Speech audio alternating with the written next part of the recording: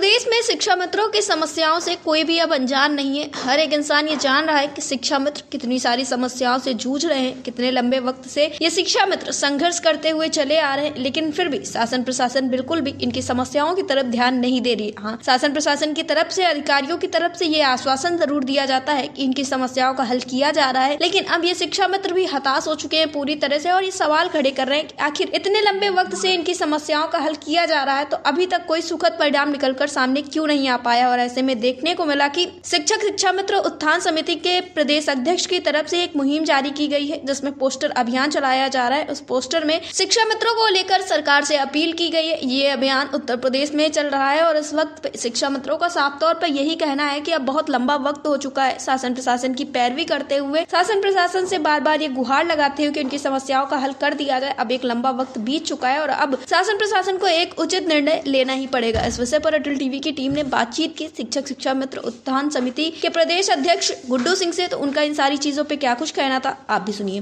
गुड्डू सिंह जी, आपका हमारे चैनल अटल टीवी पे बहुत बहुत स्वागत है। धन्यवाद मैडम।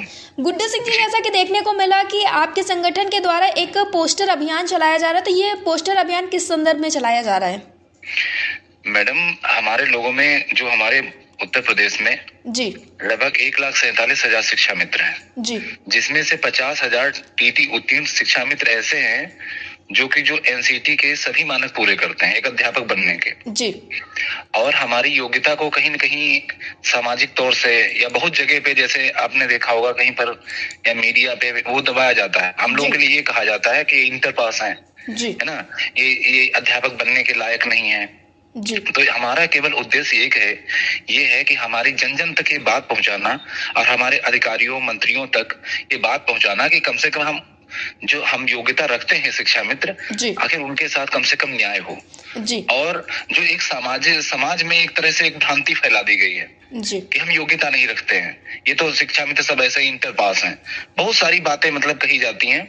तो हमको यही एक संदेश देना चाह रहे हैं हम सब लोगों की, कम से कम जो योग्यता रखते हैं इनके साथ माननीय योगी जी से हम लोग कई बार मिल भी चुके हैं जी। हमेशा बराबर मतलब उनसे संपर्क भी रहता है, बहुत कई सारे पत्राचार अभियान भी करे गए, हम लोग मिल भी रहे हैं, बहुत सारी चीजें की जा रही है मैडम, लेकिन अभी तक हमारी कोई सुनवाई नहीं। और जबकि एक बात मैं बताना चाहूंगा, जैसे उत्तराखंड है, हिमाचल है, हमारे जैसे ही लोग, हमारे जैसे शिक्षा मित्र, उनको परमानेंट कर दिया जा चुका है। और उम्र के इस पड़ाव पे जहाँ पे 55 साल के लोग हैं, 55 साल के हैं, 58 साल के हैं, सोचो अपने 24 वर्ष पूरी अपनी जिंदगी समझ लो एक तरह से इस विभाग में देने के बावजूद और इतनी उम्र में भी टेट उत्तीर्ण करने के बाद में भी आज हमारी दशा वैसी की वैसी, और हमें मात्र 333 रुपए एक मजदूर से भी कम मजदूरी हमको मिल रही है। और जबकि हमारे माननीय प्रधानमंत्री जी, यशस्वी प्रधानमंत्री जी ने न्यूनतम मजदूरी का, जो भी आपने देखा होगा मेरे बैनर,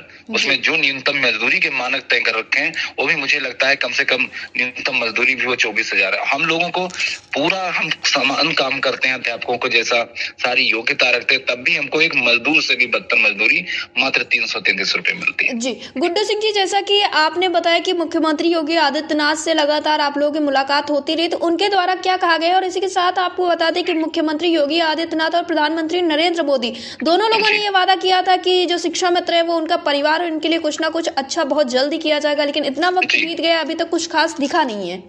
जी मैडम, असल में हुआ क्या था, जब हमारा समायोजन रद्द हुआ माननीय अखिलेश जी की सरकार में, शिक्षा मित्रों को समायोजित कर दिया गया था अध्यापक पद पे, लेकिन जब समायोजन रद्द हो गया तो उसमें सुप्रीम कोर्ट के द्वारा ये कहा गया था कि जितने भी टीटी पास हैं, मतलब क्योंकि आरटी एक्ट के बाद में टेट एक अनिवार्य हो गया था जी, तो उन्होंने कहा था, लेकिन और उनको जो हमारा आनंद कुमार यादव जजमेंट था 2017 में आया था सुप्रीम कोर्ट से, तो उसमें साफ साफ कहा गया था कि जो भी मतलब टेट क्वालिफाइड है उनको 2 रिक्रूटमेंट्स मतलब 2 भर्तियों में आप मौका दीजिए, या अपना कैसे भी ओपन में भर्ती करके इनको मौका दीजिए, और 2.5 अंक का मतलब जो भी इनके लिए वेटेज है और उम्र में छूट है ये दे करके इनको अध्यापक पद पर आप कर सकते हैं जी। लेकिन हमारे यहाँ क्या हुआ, उत्तर प्रदेश में इन्होंने क्या करा, एक और परीक्षा हम पर लगा दी जी, कि हम लोग भारांक दूर की तो बात है कि एक और परीक्षा लगा दी, और वो भी परीक्षा ऐसी कराई मैडम, जैसे आपने देखा होगा पीसीएस आईएएस में लिखित नहीं होती है जी,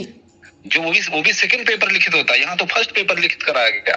और बहुत भ्रांतियां हुई, बहुत इसमें सब पूरा मीडिया भी जानता है, सब लोग जानते हैं कि कितनी इसमें वो मतलब कितना करप्शन हुआ इस भर्ती में हम लोगों को बाहर निकालने के लिए। और ये मैं नहीं कह रहा हूँ, मैं तो सरकार से बराबर आज तक मैंने कभी बुराई नहीं करी, आज तक मैं हमेशा हमने भी नहीं करता चलाया हूँ, लेकिन जो सर्वविदित है सब लोग जानते हैं जी।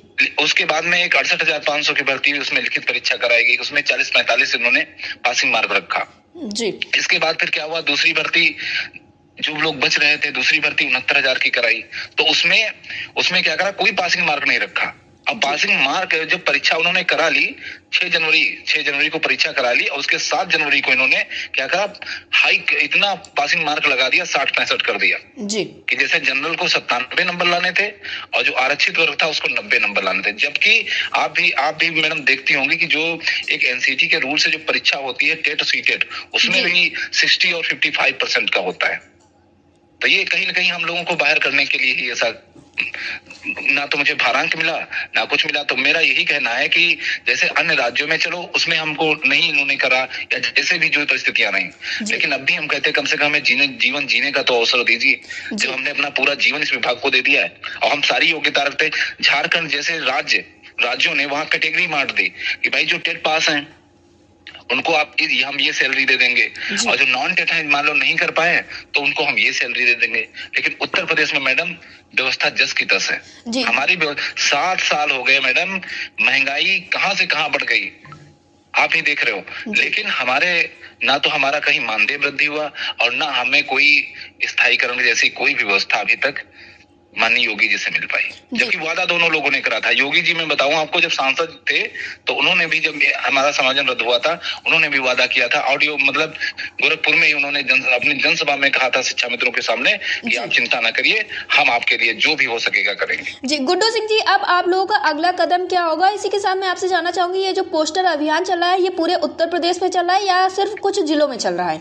नहीं मैडम, ये पूरे प्रदेश में चल रहा है जी। और जहाँ पे लोग हैं, और मेरा इसका उद्देश्य यही है, हमारा कोई सरकार से विरोध नहीं है, लेकिन आप तक या पूरे समाज तक ये बात फैलानी है कि हमारे साथ गलत हो रहा है। आखिर आप भी सोचिए कि हम अपने घर में मजदूर लगाते हैं तो 500-600 रुपए से तो कतई कम कोई नहीं लेता है, चाहे राजकीय मिस्त्री हो, जबकि वो कुछ भी शिक्षित नहीं है जी, लेकिन तब भी लेता है। हमारी बद से बदतर हालत है, तो कम से कम इसी तरह से कुछ न तो कुछ सरकार कम से कम हमें समझे, हमें जाने, या जो एक लोगों में भ्रांतियां फैली हैं कि ये अयोग्य हैं जी, तो ये हम पूरे प्रदेश में हमारा अभियान चल रहा है, सभी जिलों में जी।